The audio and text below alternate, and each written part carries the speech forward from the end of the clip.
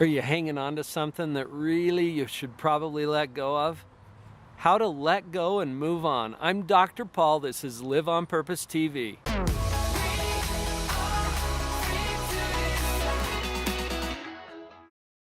Several years ago, as I was watching the news, I heard a story about a man who was visiting from out of state here in Utah.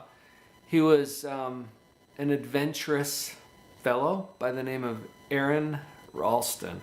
And some of you may know his story as I bring up his name, but he was doing some exploring in southern Utah, and during his adventure, he got into a position where a boulder shifted and pinned his arm against a rock wall. Now, some of you will know the story just from that much information. I think he's got a book out called Between a Rock and a Hard Place, something like that. And there's a movie that highlights this experience as well. He had, I think, enough food and water for a couple of days.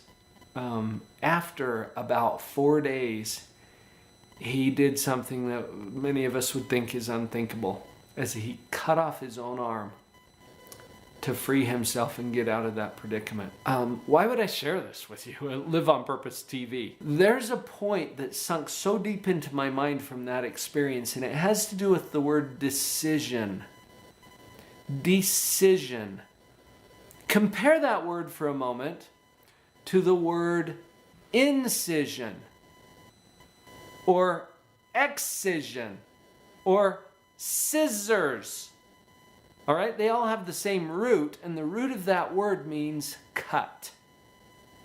Cut. What is an excision? I get those all the time at the dermatology office because I grow funny moles, and the dermatologist will excise those moles. He does an excision. He cuts it out of me. What about an incision? A surgeon does that as they cut into you with the scalpel. What is a decision?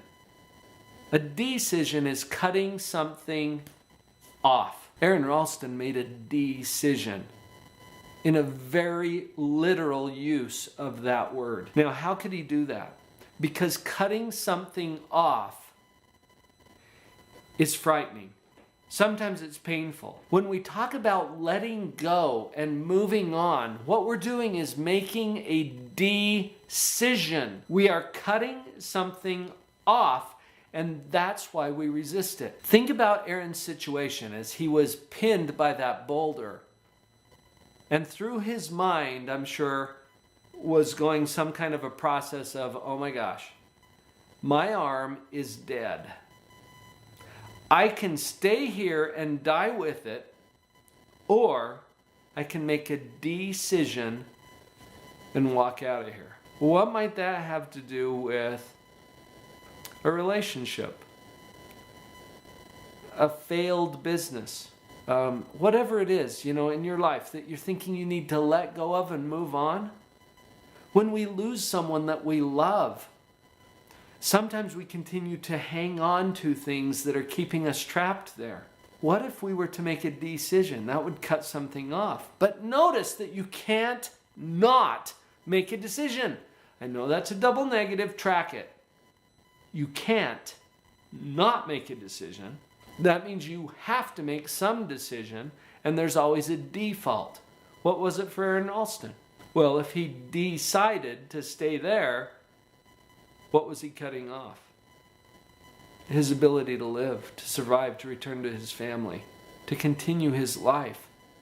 That's a heavy price. And when you consider it that way, you can see that even though cutting off his arm was a very difficult thing to do, it was a better decision than what default would have been.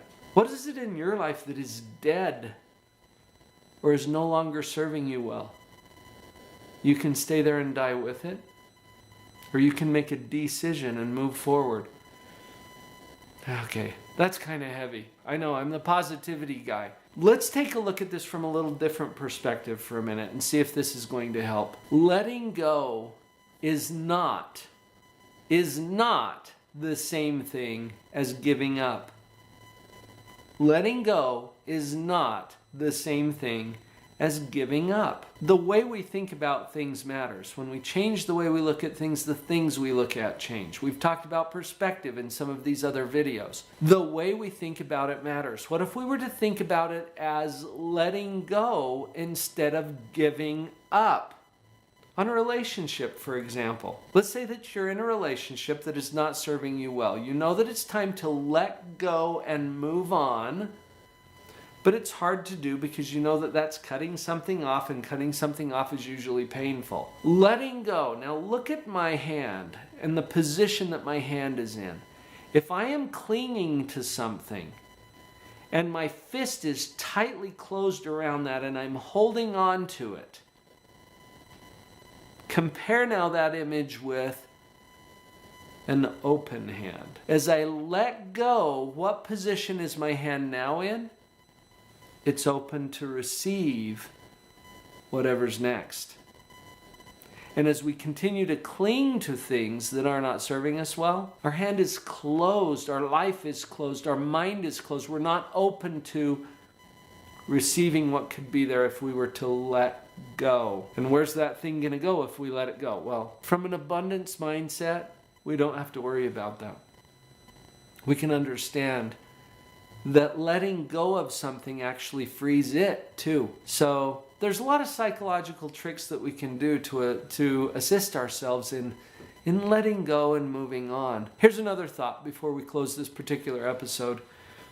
Better is always different. Better is always different. That's not true the other way around, by the way. Different isn't always better. That doesn't work. But better is always different by definition. So that opens up some possibilities. And even though we have some fear because we've never experienced that different thing yet, if we have the perspective that the only way to create an upgrade is to move to something different, because better is always different, sometimes that will give us some of the energy that we need to actually power through the hard part.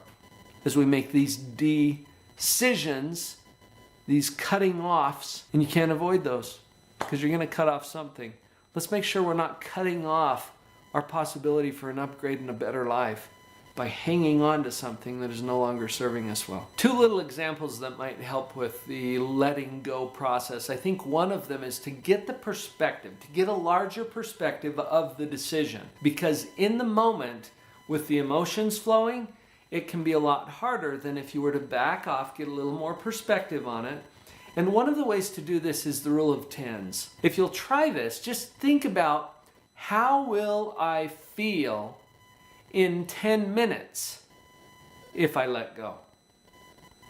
How will I feel in 10 minutes? Typically in 10 minutes, you're going to still be in the emotional throes of this thing, right? But let's back off a little bit. How will I feel in 10 hours? How will I feel in 10 days? How will I feel in 10 weeks and 10 months and 10 years? Add that rule of 10, and as we back out to a larger perspective, most of the things that have us tied up in knots right now are not going to be bothering us in 10 months, especially in 10 years. So that helps to put a little perspective on it. Another thing that I thought I'd share with you is the benefit of practice. And just like a lot of other things, this is a skill. Letting go is a choice, yes, but it's also a skill, and you can practice it. Several years ago, I was cleaning out an area of my closet. Now, I'm an amateur hoarder, okay? I don't have anything that would make it on the reality TV shows. But I tend to pile stuff up. Not as much as I used to because I've been practicing. And during this particular episode, I found 4 things that I was keeping in my closet that I hadn't used in forever, but they had some sentimental meaning to me, and that's why I piled them up, right? I took each of these 4 items and I gave them as gifts to each of my 4 children. This was a really phenomenal experience for me, because not only was I able to affirm to them that they are more important to me than my things are, which is probably another conversation also, but I got to practice letting go of something that I've been holding on to. What if you start with something small?